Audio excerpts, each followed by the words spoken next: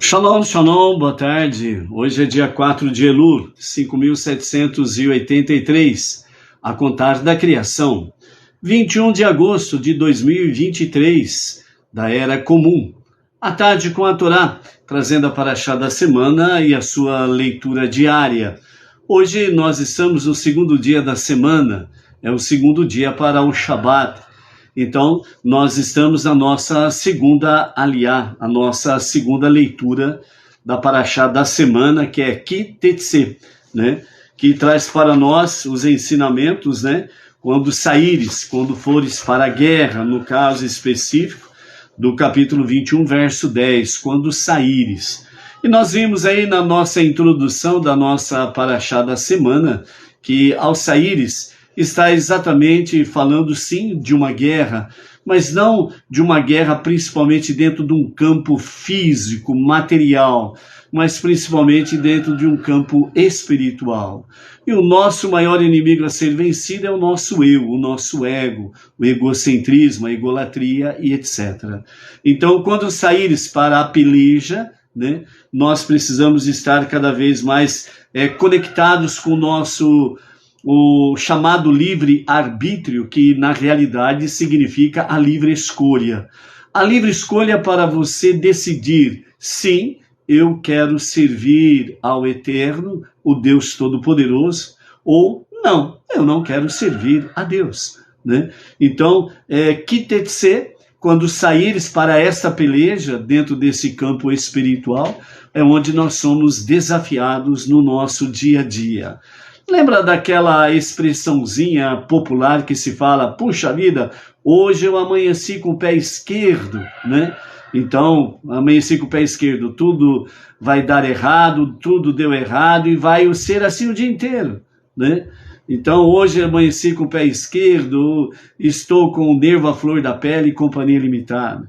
E também a outra expressão, hoje eu levantei, acordei com o pé direito, hoje eu estou zen, estou muito calmo, tranquilo, sereno, estou em paz, etc. e tal. Pode desabar o mundo na minha cabeça que simplesmente não vou ficar nervoso, estou em shalom, né? Em Hashem. Então é exatamente isso, quando saíres a peleja. Então é esse desafio que nós enfrentamos a cada manhã, quando nós despertamos, fazemos o Modéani, né? Dando graças ao Rei vivo existente por ter devolvido a nossa alma com piedade no nosso interior, e nós podemos voltar a viver, né? Então é nesse sentido que nós temos aí, ok? Estamos no mês de Elul, né? Onde no mês de Elul nós temos aí algumas características, né? Entre elas exatamente após a leitura dos salmos diários, né? Nós temos aí mais 3 salmos a serem acrescentados. Hoje, segundo dia da semana, conhecido como segunda-feira.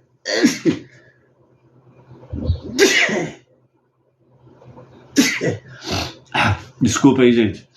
Então, dia 21 de agosto, né? Então, hoje, no dia 4 de Elul, nós temos aí os salmos a serem acrescentados após a leitura dos salmos normais. Os salmos 10, 11 e 12, né?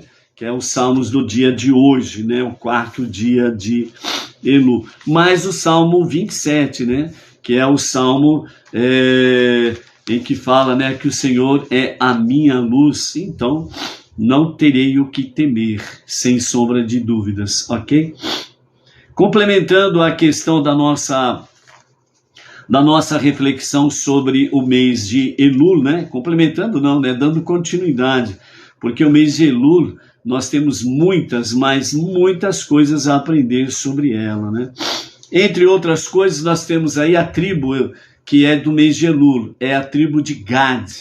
Então, o nosso Rabino Yitzhak Ginsburg, ele nos fala sobre esta questão, né? Gad significa acampamento, como no versículo, né? A bênção de nosso patriarca Yaakov a seu filho Gad, onde ele disse, Gad organizará, ou seja, literalmente significa acampará. os acampamentos, né? Quais acampamentos? Acampamentos do exército. E retornará com todos os seus campos, né? Como está lá em Bereshit, Gênesis, capítulo 49 e o verso 29. Então, o talento especial de Gad é organizar uma legião. É aquele que foi à frente na batalha. E ele voltou realmente, né, para os seus campos, né, com todos os seus integrantes, ou seja, nenhum integrante do exército de Gad pereceu na batalha contra as 7 nações na posse da terra prometida. O nome Gad também significa boa sorte, né? Mazal Tov, né? E realmente a boa sorte de Israel é de ser a amada noiva de Deus, e a sua boa sorte se revela também através dos meios das nossas boas ações, especialmente aquelas cuja intenção é retificar as nossas falhas e nos embelezar como uma noiva para o noivo, né? Então, né, aos machões de plantão aí, né? Aos machões de plantão aí, vão se embelezar como uma noiva para o seu noivo. Maravilha, hein? É isso daí, ó, né? Então vamos nos embelezar, né? O nosso noivo, quem que é o nosso noivo? O nosso noivo é Deus, o Todo-Poderoso, entendeu? Então é isso daí. Então a boa sorte também, né, de Gad, ela tem relação, segundo a própria Kabbalah, aos 13 princípios de misericórdia que são revelados no mês de Elul, a fim de despertar a alma de sua raiz, né? Que a sua raiz, qual é a raiz da nossa alma? Boa sorte, né? Para retornar a Deus, né? Às vezes a pessoa fala assim, puxa vida, eu não estou com boa sorte. A pergunta seria, eu não estou enraizado em Deus? Se está me faltando boa sorte é porque eu estou deixando de estar enraizado em Deus, eu estou me desconectando de Deus, e isso é perigoso. E então a nossa boa sorte, ela se transforma ou melhor, se deforma em má sorte, entendeu? Então por isso que nós precisamos tomar cuidado, nunca nos desconectarmos de Deus. Gad, ele tem um valor numérico de número 7, né? E Gad também foi o 7º filho de Yaakov, né? Então a mazala, a sorte, né? A palavra mais usada para boa sorte, ela tem o seu valor numérico 77, né? 77, né? E isso daí é realmente muito bom.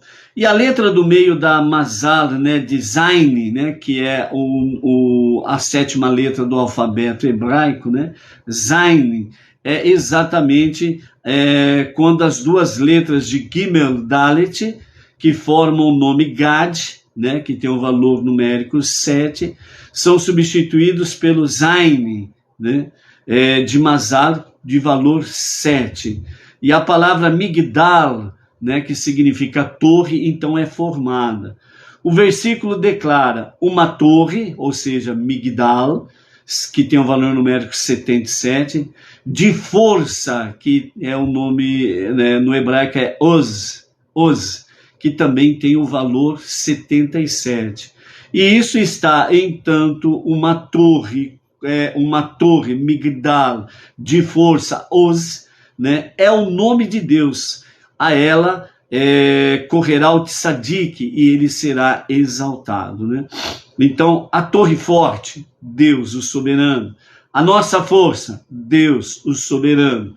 Então, por isso, o nome de Deus está intrinsecamente dentro de Migdal, torre, e Oz, força, né? E todo aquele que se refugia em Deus, ele tem uma torre forte e ele tem forças para poder vencer o seu eu, o seu ego, o seu egocentrismo, a sua egolatria e poder sair realmente como um tzadik, né, um justo perante Hashem.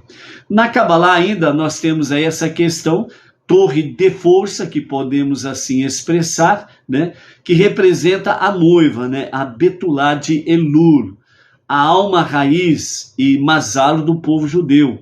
O tzadik, o noivo, corre com todas as suas forças para entrar na torre de força, né? Que é exatamente a Betulá de Elul, né? Que é o local do encontro do noivo e da noiva, né? Então, vejam bem a conexão que Gad, né, traz para nós, forças surpreendentes dentro do aprendizado, né? Por isso nós temos Migdal e Oz, né? Torre de força, é o nosso Deus, ok? O sentido, né, do mês de Elul é a ação, e não são as palavras, é a ação, né? Por isso, realmente, o que Deus conta é a ação. A ação é importante. Nós temos um estilo de agir, né? Então, o sentido da ação é o sentido de conhecimento interior, de que por meio de devotados, né, a toa de bondade e pessoa sempre é capaz de retificar qualquer falha ou estado imperfeito da alma, né? Então, quando nós nos devotamos, né, com atos, né, de bondade, né, então nós retificamos qualquer falha. Então é a ação, né? Por isso a Tzedaká no mês de Elul ela é muito forte, porque ela exige uma ação de todo o ser da pessoa, porque a Tzedaká ela envolve toda a psique, né, do ser humano, né, onde está enraizado a nossa alma divina, né, e o nosso coração, as nossas emoções, ou seja, nós temos um equilíbrio perfeito entre mente e coração, né, e dessa forma nós temos um equilíbrio saudável. Então todo o nosso ser se envolve na Tzedaká, como nós vimos anteriormente. Quem pratica de Tzedaká é como se ele estivesse doando a sua vida em favor das causas nobres, né? É importante não esquecermos esta realidade aí. Então, este é o sentido necessário para o serviço espiritual do mês de Elul, o serviço de arrependimento e verdadeira techuvá a Deus, né? Techuvá a Deus é exatamente retorno a Deus. Para qual finalidade? Para um genuíno e verdadeiro arrependimento. Então, o sentido da ação é, assim, o sentido de nunca desesperar, né? Seja qual for a situação, nós não podemos desesperar. Nós temos que manter viva a nossa emuná e bitachon, fé e confiança, né? Sempre em nosso Deus. Este é o ponto do Yud, que está exatamente no meio da sétima letra, Zain, onde está o Yud, né? Que tem a conexão exatamente com o mês de Elul, com o nome divino, o serviço divino. E sem ele, a pessoa não pode sequer começar ou terminar uma ação, que significa, sem Deus, que o Yud representa isto, sem Deus você não pode começar e muito menos terminar uma ação. Por isso a nossa conexão é importante. O sentido da ação é a inclinação de consertar um objeto quebrado, que significa exatamente salvar uma situação. Então, quando você está no meio de uma situação problemática, você não está ali para apagar fogueira com querosene.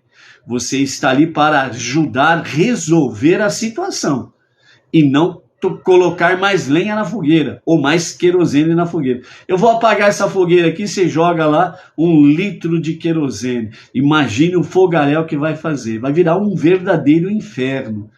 Entendeu? Então, por isso que nós temos essa questão do Yud, né? Que é exatamente a primeira letra do tetragrama sagrado que está conectado com o nome divino. Então nós estamos aí para consertar o objeto quebrado, significa salvar uma situação, né, em vez de jogar fora tudo e pôr tudo a perder. Além disso, né, o sentido da ação é o sentido de organização e de gerenciamento de sistemas complexos, né? como Gade, a tribo de Elul, que significa acampamentos, legiões, ou seja, a tribo de Gade, ela veio exatamente organizar e gerenciar um conflito, que era o quê? A guerra contra as 7 nações, para tomar posse da terra prometida. Então, esse mês de Elul é para que nós venhamos, de fato, salvar uma situação. A princípio, a minha situação, a sua própria situação. Por isso que nós precisamos fazer techuvá, um retorno a Deus. Qual a finalidade? Para um verdadeiro e genuíno arrependimento. Então nós vamos salvar uma situação, ou seja, nós vamos salvar a nós mesmos, né, de uma situação caótica, de um abismo. Vamos para os julgamentos a partir do dia 1º de Tishrei até o 10º dia de Tishrei, que é o dia de Yom Kippur, o dia do perdão, o dia da expiação. São os 10 dias temíveis dos juízos divinos. Então nós vamos salvar uma situação. A primeira, eu mesmo, a mim mesmo. É isso que cada um de nós precisamos ter pela frente, para que nós possamos estar devidamente qualificados para salvar a situação, ajudar, melhor dizendo, a salvar a situação do nosso próximo aí, né?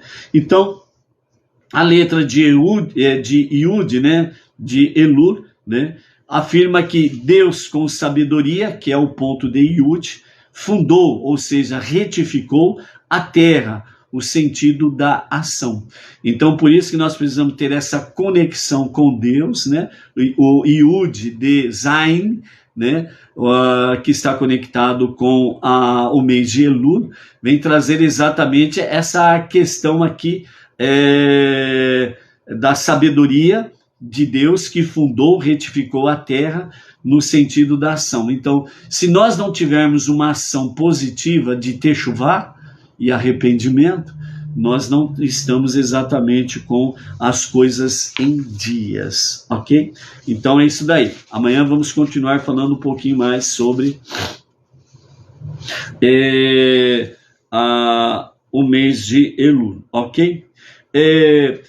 Continuando, né, para completarmos, né, à medida que vai passando o dia a dia, né, sobre a questão da Tzedakah, segundo Maimônides, né, nos fala e nos faz recordar que no tempo do templo sagrado em Jerusalém, né, todo fazendeiro judeu doava 10% da sua produção para os levitas. E depois havia uma segunda doação de mais 10%, ou seja, 10 mais 10 são 20, que era às vezes levada a Jerusalém como tributo a Deus e outras vezes distribuído aos pobres, dependendo do ano que assim aconteciam as coisas, né? Havia também quantias menores doadas aos Kohanim, que era também feita esta doação aos sacerdotes. E da mesma forma, né, os sábios determinaram que é correto doar 10% dos nossos ganhos, né, para as causas nobres, as causas da caridade, aquilo tudo que já foi mencionado aí, onde há essencialmente o estudo de Torá. E aqueles que puderem deveriam se esforçar para doar 20%, ou seja, 10% é o ponto de partida. Você escolhe 10, 11, 12, 20%, né? Quanto mais você pedir a Deus com verdadeiro coração, com sinceridade, né, que você quer doar mais e mais e mais, mais e mais Deus estará lhe dando, sem sombra de dúvidas, né? Então, por isso, né, os 20% é conhecido como macer, né? 1/10, né, é o conhecido como macer, né? E romesh, né, 1/5, né, que está dentro da qualificação dos 20% aí. Interessante que os nossos mestres trazem para nós a tzedakah da mulher, né, onde fala que a esposa, né, segundo o Talmud, a esposa de Mar Ukva, né, de que a caridade de uma mulher é maior que a do próprio marido, embora ela somente possa, ele, né, o marido, geralmente ele só doa dinheiro, né? A mulher, todavia, ela tem uma posição de doar uma refeição pronta, que pode ser apreciada imediatamente, né? embora muitas mulheres nos dias atuais, né, ou chamada na era moderna, não fique muito tempo na cozinha, mas a lição é bem clara. Torne sua caridade acessível e fácil de usar, sem nada que atrapalhe. A tzedakah da mulher, né, com a comida pronta, ela ainda é mais valiosa do que a do marido que faz a sua doação em dinheiro, ou seu dízimo, sua oferta, seja da forma que for, né? Esse é o principal quesito da mulher. Então a mulher que trabalha, além dela fazer a sua tzedakah dos seus 10 ou 20% dos seus ganhos, né, ela precisa acrescentar essa questão de alimento.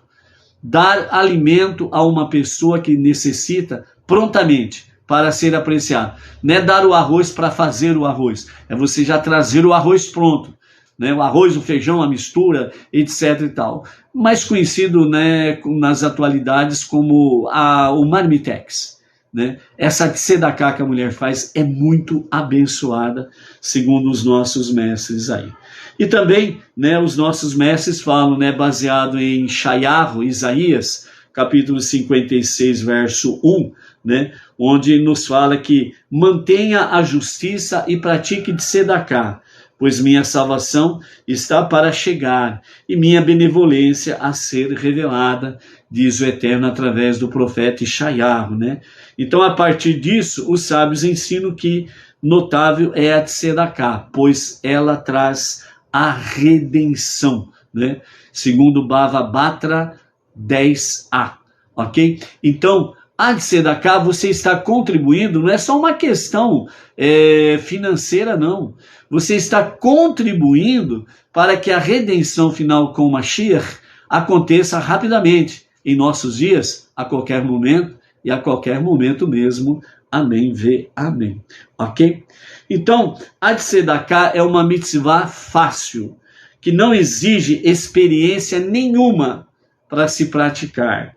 Apenas pegue a sua carteira, ou o seu cartão de crédito, ou o seu smartphone, né, e direcione, né, o valor investido em uma causa de caridade, né, uma causa nobre, na qual você admira ou se identifica com ela, e faça a sua tzedakah, ok? Então, os nossos mestres do Rabat, né, nos falam aqui, ó, está aqui nesse item, ó, está invertido, mas você pode ver aí, ó, tzedakah é fácil, né? O texto que nós estamos aqui fazendo reflexões, sempre nós fazemos baseado no site do rabad.org, ok? Então são os nossos mestres do Hassidismo, né? Então é por isso que nós acabamos de falar dentro deste aspecto aqui, ok? Por isso, né, aproveitando o ensejo de Elul, mais a reflexão sobre a tzedakah, né, recordando que na inscrição da nossa live aí, né, está o projeto faratista.com.br/doadores/9, que é exatamente a identificação com a Sinagoga Benei Noa Regional Bauru, onde você pode entrar no site, né, que acabamos de falar, o faratista.com.br/doadores/9, e você entra direto no grupo Bauru, né? E aí você estará fazendo a sua escolha, a sua vontade, né? A sua doação para a Sinagoga Benei Noa Regional Bauru. E você se torna automaticamente um sócio de Deus, um parceiro nosso, em estarmos aí divulgando o monoteísmo com fundamento judaico e orientação rabínica, ok? Por isso, some conosco, né? Venha somar conosco, né? Não venha sumir não, viu? Não é para sumir não, em hipótese nenhuma, mas venha somar conosco, ser parceiros, né? Contribuidores, doadores desse nosso projeto, né? E, acima de tudo, você estará contribuindo como sócio de Deus para estar cada vez mais fazendo com que a redenção se revele a qualquer momento com Mashiach, ok? Baruch Hashem. A nossa segunda aliá, né? A nossa segunda leitura, ela está no livro de Deuteronômio, Devarim, capítulo 21, a partir do versículo 22, até o capítulo 22, o verso 7, ok?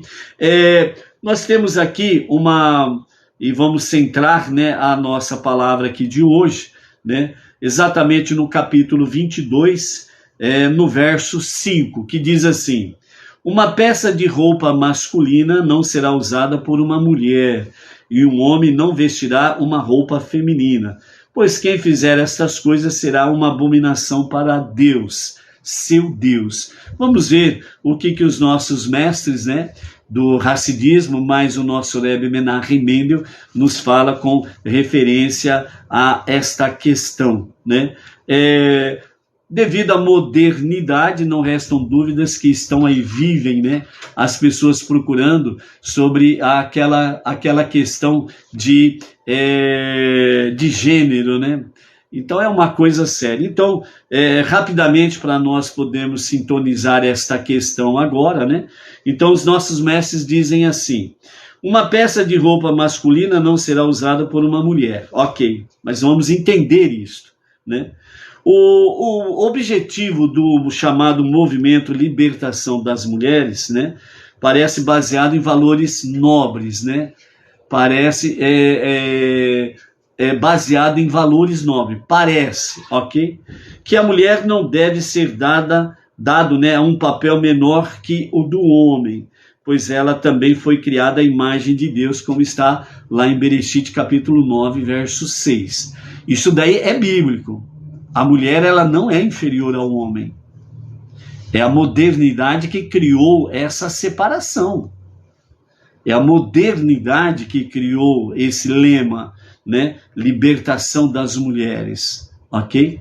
Então essa é a questão. Diante de Deus, né, já foi mencionado aqui várias vezes, toda alma que sai do céu para se incorporar, né, num corpo humano, é uma alma só. E ela é macho e fêmea, homem e mulher.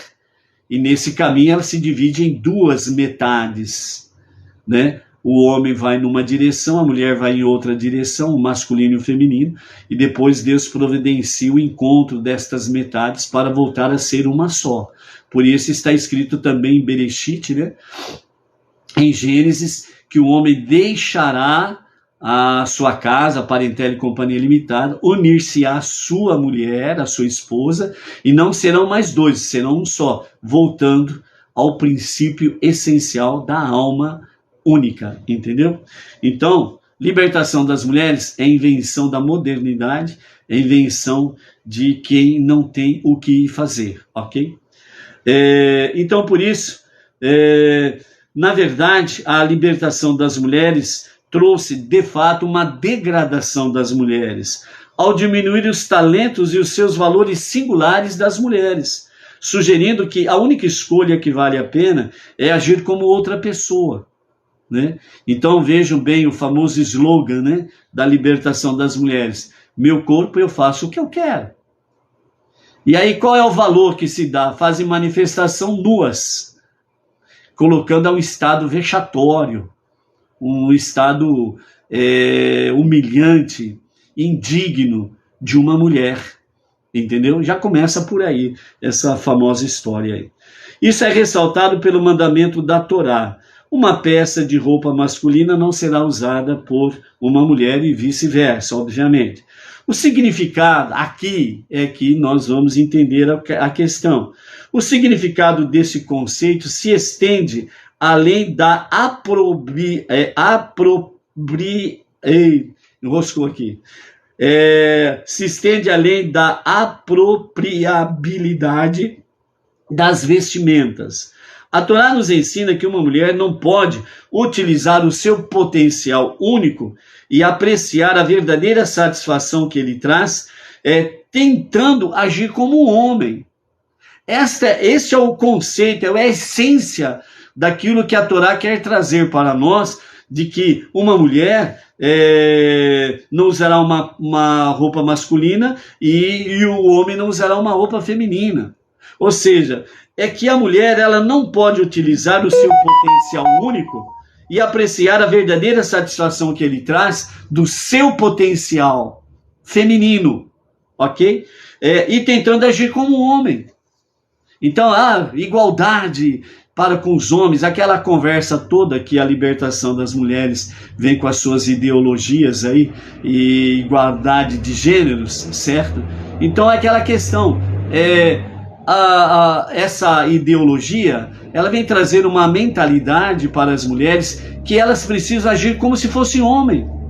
Por isso que tem muitas mulheres masculinizadas, por exemplo. Mas veja aí um caminhão carregado de sacos de cimento, cada saco 50 quilos. Bota lá a mulher para cá descarregar o caminhão lá. Igualdade de gêneros. Um caminhão carregado de tijolos. Bota lá a mulher, igualdade de gêneros. Não é isso que a libertação das mulheres quer? Bota lá ela para descarregar. Entendeu? Então, não é isto que realmente o ensinamento da Torá quer trazer. A mulher, ela é única nos seus dotes, nas suas características, certo? Como o homem é único nas suas características. Por isso, Deus fez homem e mulher. E os dois são iguais diante de Deus. Não existe ninguém que é mais ou que é menos. É isso que nós precisamos compreender dentro desse aspecto aqui. Entendeu? É isso que os nossos mestres estão trazendo. Então, uma mulher, ela tem, por exemplo, a tarefa privilegiada de imbuir o seu lar com a verdadeira atmosfera de luz, da presença divina. Né? E a mulher, ela quando termina a sua tarefa, não há problema algum. Ela deixou a sua casa em ordem, na presença de Deus, na luz divina. Não tem problema algum ela buscar a sua profissão segundo os seus dotes, segundo as suas aptidões, e tranquilamente, ela e o marido somando e não dividindo. Né? Porque tem muitos casais que são assim. A mulher e o homem chegam e dizem, o meu salário é meu, o seu é o seu. Você faz com o seu o que você quiser, eu faço com o meu o que eu quiser. E não é isto. É para somar, não são dois, é um só. É onde que a matemática divina diz 1 mais 1 é igual a 1. O homem mais a mulher não serão mais dois, serão um só. Entendeu? Então, dentro desse aspecto, né, a libertação, né, mas seu verdadeiro orgulho e alegria certamente não serão alcançados da mulher, né, através dessa libertação dos seus talentos inerentes e sua condição de mulher, querendo não ser mulher e querendo fazer algo para competir com os homens. Não existe isso dentro das Escrituras. Feminilidade não é, e Deus não permita de fato, uma fraqueza que deve ser vencida, mas uma distinção divina a ser nutrida e apreciada. A mulher, ela é de fato uma distinção, uma feminilidade que ela é muito valorizada por Deus. Por isso que cada mulher não perca este valor diante de Deus, ok? Então, por isso, o nosso Rebbe Menachem Mendel, ele fala que a verdadeira igualdade de direitos consiste em manifestar o potencial concedido a nós por Deus, com absoluta liberdade de qualquer pressão social para ser algo que não somos. Então a pressão social, ela não pode ditar você, mulher, e você, homem. Não é a pressão social que vai dizer que a mulher precisa competir com o homem, que a mulher precisa fazer o que o homem faz para ser igual ou maior do que o homem. Não. Cada um no seu campo, no seu passo, no seu compasso, sendo dois, homem e mulher, valorizados por Deus e não por uma sociedade opressora que quer trazer as suas questões de gêneros e mudando aquilo que Deus criou. Não é isso daí, ok? Então, por isso, quando uma mulher erroneamente conclui que deve se comportar como um homem e buscar objetivos masculinos, está afirmando de maneira implícita que as mulheres são inferiores aos homens e que, para cultivar a sua autoestima, ela precisa competir com os homens, precisa prevalecer contra os homens, precisa vencer os homens. Então, quando esta igualdade de gênero, ideologia de gênero e companhia limitada, ela traz isso, ela está dizendo de forma implícita que o feminino é inferior ao homem, por isso que ela precisa competir. Então veja a falta de sabedoria dentro desta questão aí. Então a Torá proíbe, né, os 5 primeiros livros da Bíblia, proíbe semelhante ofensa à condição da mulher. Isso é uma ofensa à mulher. A igualdade de gêneros é uma ofensa à mulher.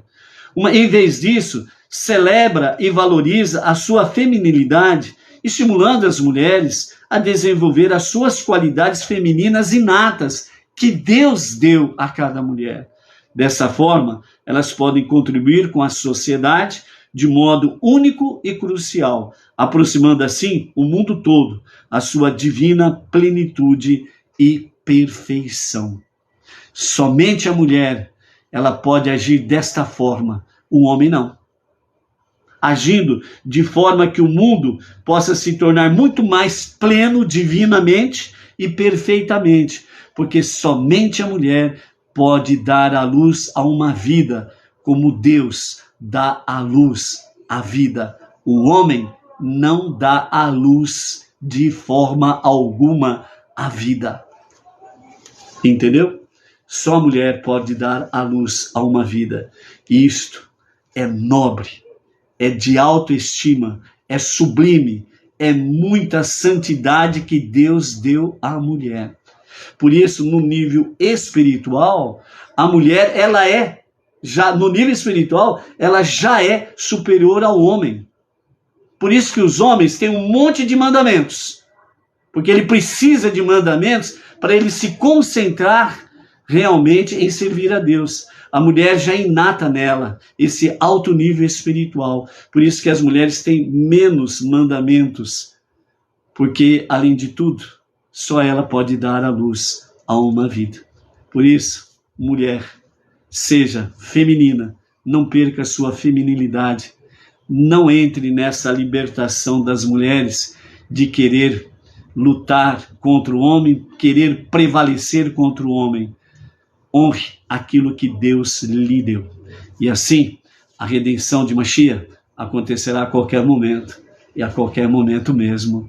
Amém, vê, amém. Por isso, amados, vamos ficando por aqui hoje, né? E não esqueça, voluntariamente, com amor a Hashem e a causas nobres, né?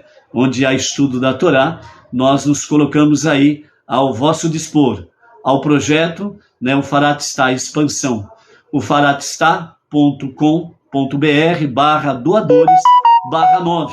E aí, a sua vontade, a sua escolha, você faz a sua doação, torna-se sócio com Deus e nosso parceiro no monoteísmo com fundamentos judaico e orientação rabínica. Shalom, shalom. Até amanhã.